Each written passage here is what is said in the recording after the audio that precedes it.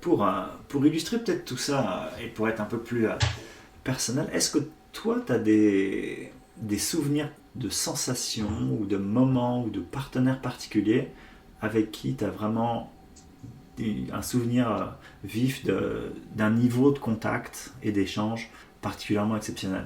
Je vais être un peu désobéissant. Je vais raconter que souvent, très souvent, Maître Noro, et après on comprend ça, en parlant du contact, il parlait de la main du bébé. Et il dit que la main du bébé saisit les objets sans les écraser. Et il raconte souvent, et on a souvent cette image du bébé qui peut attraper le doigt d'un parent. Il n'écrase pas le doigt, mais il suit le doigt. Il accompagne le mouvement des parents. Et donc ça, c'est une bonne image à retenir. C'est un peu paradoxal parce que le bon contact, il finit par être transparent. Et au moment où il y a une complicité, tu sens plus rien, mais tout va dans les bonnes directions. Alors le bon contact, on oublie, on ne le sent plus. Mais le mauvais contact, alors ça t'en a beaucoup. Le beau contact, c'est comme quand on est allongé ou quand on voit un coucher de soleil. C'est seulement après qu'on s'aperçoit que c'était magnifique, mais pendant qu'on voit tout, on s'en aperçoit pas. Moi, j'ai des souvenirs, quand même, les premières années au Colindo, là, de faire contact avec les instructeurs en place de Kinamichi qui avaient déjà facilement 20 ans de Kinamichi, 15-20 ans de Kinamichi. Et j'ai des souvenirs, vraiment, j'étais très impressionné. On faisait contact, on faisait des techniques un peu plus complexes, mais j'étais quand même très étonné de voir leur capacité à maintenir le contact pendant tous les exercices, mais à la fois d'avoir une stabilité incroyable. Ça m'avait vraiment impressionné de voir comment le contact était en permanence maintenu, mais à partir du sol, particulièrement à partir du pied arrière, qui était extrêmement ancré et toujours très très solide et très réactif à la main de contact en général, et de voir comment ce contact pouvait être à la fois fluide et extrêmement solide, malgré une position qui est, en tant que débutant, je me disais, oula, on est sur un pied là, c'est pas très stable tout ça, mais le contact était maintenu en tout temps, toutes circonstances, avec un ancrage qui était vraiment très bon, puis très très fluide, et ça m'avait vraiment marqué physiquement, comme de sentir vraiment cette stabilité, cette capacité de réponse chez les enseignants. Je trouvais que c'était très particulier, une des très grandes qualités du Kinamichi, cette capacité de maintenir les contacts et d'être fluide et solide à la fois. Oui, non, je comprends tout à fait ce que tu dis, j'ai dû le vivre. Je dirais aussi peut-être que moi, dans le bon contact, on le ressent dans l'exercice de contact du début, où on sent que juste par un toucher de main, la personne arrive à vous suggérer des spirales et des étirements d'une façon complètement mystérieuse. Et en plus, après, c'est un autre chapitre, mais il y a toute la qualité de la direction du contact qui fait que la personne vous emmène et on ne se sent pas tiré. Et ça, c'est assez extraordinaire. C'est comme si la personne créait un vide, vous aspirez devant, et que c'était un peu irrésistible.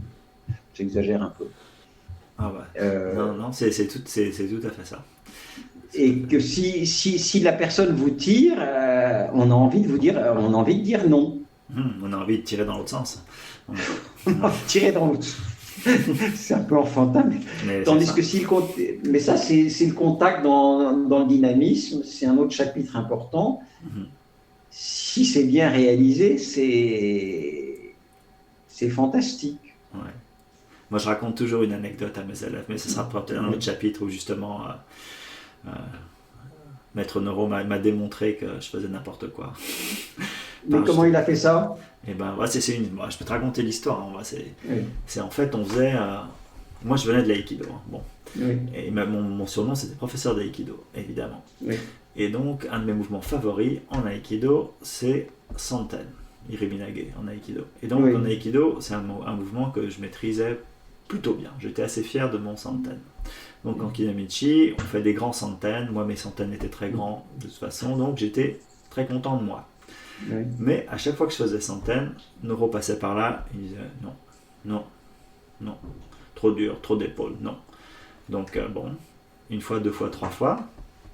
Et donc en fait, pendant toute la semaine, pendant une semaine entière, on a fait des centaines. Et chaque fois, il me dit non. Mais comme je suis assez têtu, et comme je connaissais bien ce mouvement, je connaissais beaucoup de variations. Donc j'ai commencé à faire, si ça va pas, j'ai fait plus grand, plus haut, plus horizontal, plus vertical, plus en 8, plus la main gauche, plus la main droite, plus en avant. Donc j'ai commencé toute la semaine à faire tout l'éventail des variations que je connaissais. Et à chaque fois, même réaction, non, non, non. Donc, comme ça commençait à m'énerver quand même, cette histoire, Oui. Ben, j'ai continué à aller de plus en plus à l'extrême de toutes les variations que je connaissais.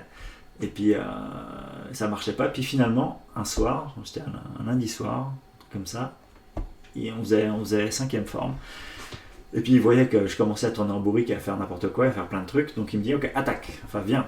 Donc je suis arrivé sur lui avec cinquième forme pour voir un peu, qu'il me montre un petit peu ce qu'il fallait faire. Et justement, la démonstration très bonne de ce que tu viens d'expliquer, il m'a fait un centaine où il m'a en fait quasiment pas touché. Il m'a à peine mis une main sur le cou, là, sur l'épaule, mais il m'a amené, comme tu dis, de manière tout à fait irrésistible, whoop, en avant, on tourne, on arrive de l'autre côté, zoup, paf, et on se retrouve à repartir en arrière, alors qu'on n'a rien demandé à personne. Puis la nature de la relation dynamique et du contact faisait qu'on était amené naturellement, zoup, paf, et puis ça arrivait tout seul et on sentait aucune contrainte, aucune rigidité, aucune forme technique, c'était juste tout à base sur justement le contact et la qualité de... Donc pour moi c'est un des très bons souvenirs de pratiquer avec Maître Neuro et qui illustre vraiment que tout était sur la qualité du contact en fait. La forme technique était sûrement importante, mais vraiment c'est le contact qui faisait tout. Ben oui, les formes techniques sont au service du contact. Mais je trouve ça une très belle histoire parce que finalement, oui, le bon contact, il est invisible. Comment est-ce qu'on en parle? C'est incapable de dire ce qui s'est passé vraiment. Mais j'en ai encore la mémoire corporelle. Et puis ça fait 20 ans que je travaille dessus maintenant. Depuis ce lundi soir, je suis là. Bon, bah, on va essayer de reproduire ça. Et puis j'ai pas encore réussi, mais ça va y arriver quand. Non, mais en plus, comme on parle pratiquement entre nous, là, je veux dire, quand tu vas faire un mouvement avec Maître Neuro, tu es bon partenaire.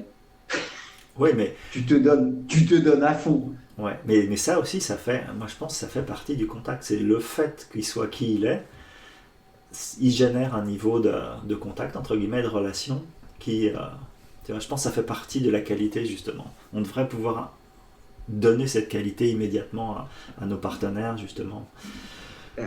Oui, mais ça, on rentre, c'est dans le contact, c'est en marche, c'est que dès le début, on donne le meilleur de soi-même, la meilleure énergie. Il faut être actif, comme il disait, et bon partenaire. Ce que je trouve important pour finir sur le contact, c'est que dans la progression, au début, il est léger pour apprendre à s'écouter, à se suivre, pour ne pas tomber dans les pièges de l'agression, pour ne pas tomber dans certains pièges archaïques. Et progressivement, normalement, on commence à avoir des contacts plus fermes, plus enveloppants, à un moment où progressivement, on a appris à ne plus tomber dans ces pièges. Et à ce moment-là, on peut commencer à s'envelopper et, entre guillemets, à faire ce qu'on peut appeler une prise, pour ne pas entrer dans des paraphrases insupportables.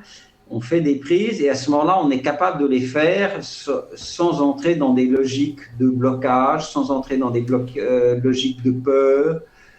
Et à ce moment-là, on peut faire des mouvements avec une énergie, avec un mouvement fluide, créateur et sans intention de bloquer. Ni de se bloquer inconsciemment d'ailleurs. Ok, ben on en parlera probablement peut-être dans un épisode prochain sur justement les buts et les évolutions du Kinamichi, vers quoi on tend et quelles sont les étapes justement de la progression dans le Kinamichi.